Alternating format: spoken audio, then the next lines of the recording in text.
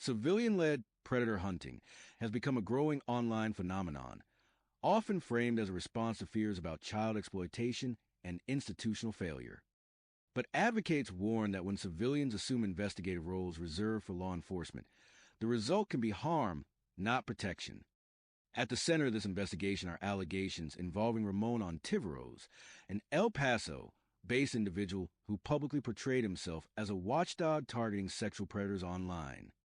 According to survivor accounts and a recent analytical publication by human trafficking watchdogs, Ontiveros allegedly conducted self-styled sting operations by impersonating minors on dating and hookup platforms, including Grindr and Sniffies.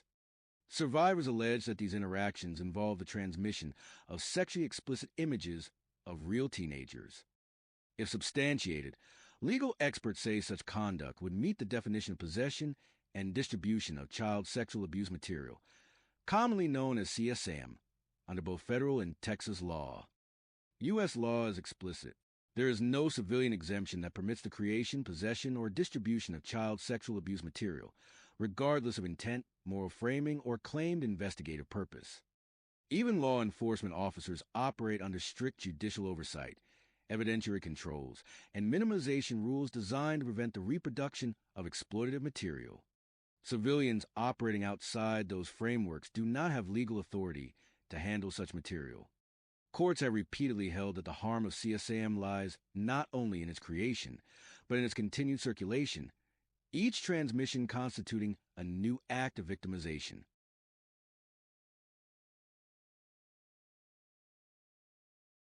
Civilian-led predator hunting has exploded online, marketed as grassroots justice in an age of institutional failure. These self-appointed watchdogs frame themselves as protectors of children, operating where police allegedly will not. But advocates warn that when civilians play cop, judge, and executioner at once, the result is not protection.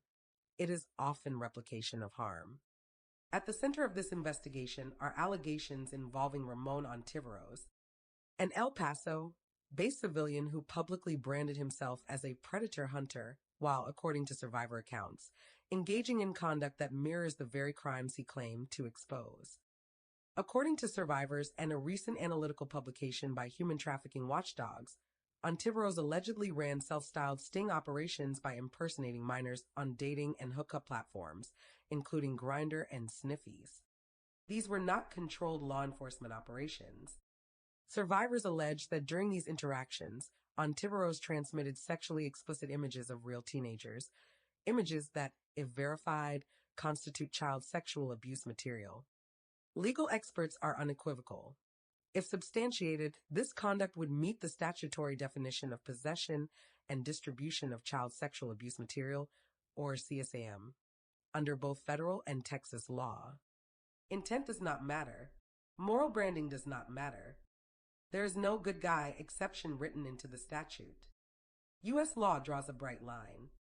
There is no civilian exemption that permits the creation, possession, or circulation of CSAM, ever. Even law enforcement officers are tightly constrained by judicial warrants, evidentiary necessity, and minimization rules designed to prevent the repeated reproduction of abuse. Civilians operating outside those safeguards have no authority to handle, transmit, or reenact sexual exploitation in the name of exposure.